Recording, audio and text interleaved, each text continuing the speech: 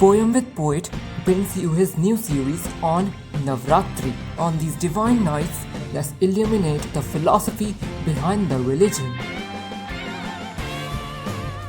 Today is the day of Devi Skandamata. सती के अंत के बाद शिव गहरी तपस्या में चले गए थे और ईश्वर ब्रह्मा असुर ताड़कासुर को वरदान दे गए थे कि उसकी मृत्यु केवल शिव के पुत्र कर सकते हैं, परंतु शिव तो अपनी साधना में विलीन लगते हैं। अर्थात नारद मुनि पार्वती को कराते हैं उनके अस्तित्व का बोध, उन्हें तपस्या का मार्ग दिखा के कराते पुनः जन्म का शोध। पार्वती को सती के जीवन का पता चलता है और वे भी चलती तप के मार्ग पर, क्योंकि शिव को पाना ना सरलता है। हजारों सालों के तप के बाद भी शिव ने उन पर ना दिया ध्यान। पार्वती ने अति कठोर तप किया जो शब्दों में ना हो सकता बयान। इन तपस्वी पार्वती को ब्रह्मचारिणी कहते हैं। देव भयभीत हो गए कि ताड़कासुर का कैसे होगा अंत जब शिव तपस्या में विलीन बैठे हैं। देवों ने उपाय निकाला, कामदेव प्रेम के देवता को बुलाया। कामदेव का लक्ष्य शिव की भक्ति को भंग करने का था, जो कि उन्होंने कर दिया। परंतु शिव कामदेव की तपस्या भंग करने के पीछे का कारण ना समझ पाए। शिव का गुस्से से तीसरा नेत्र खुल गया, इतनी तीव्र ऊष्मा निकली कि कामदेव भस्म होकर राख में बदल गए। यही हमसे क्रोध कराता है, बिना सोचे समझे हमें और दूसरे को ठोकर खिलाता है।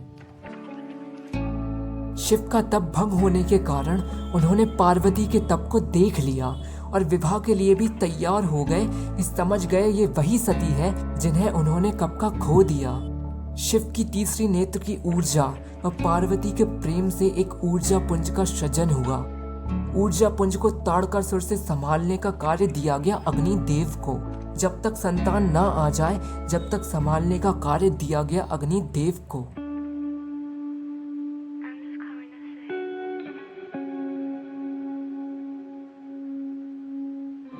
इतना ताप था उस ऊर्जा पुंज का कि स्वयं अग्निदेव भी नहीं सह पाए, इसलिए उन्होंने उसे गंगा को दे दिया, जिससे ऊर्जा पुंज सुरक्षित रह पाए।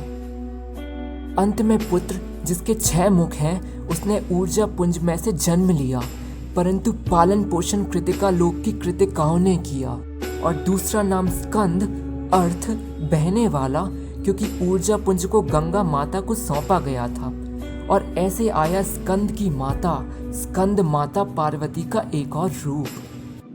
ये कमल पर विराजमान रहती हैं, इसलिए इन्हें पद्मासन भी कहते हैं। परंतु इस कहानी में सबसे दुखद है कामदेव की मृत्यु, जो अच्छा कार्य कर भी मर गए, ना था इनका कोई शत्रु। इसका कारण है क्रोध। हम सब भी अपने क्रोध पर अक्सर काबू खोते हैं, फिर बाद में पछतावे के आंसू रोते हैं।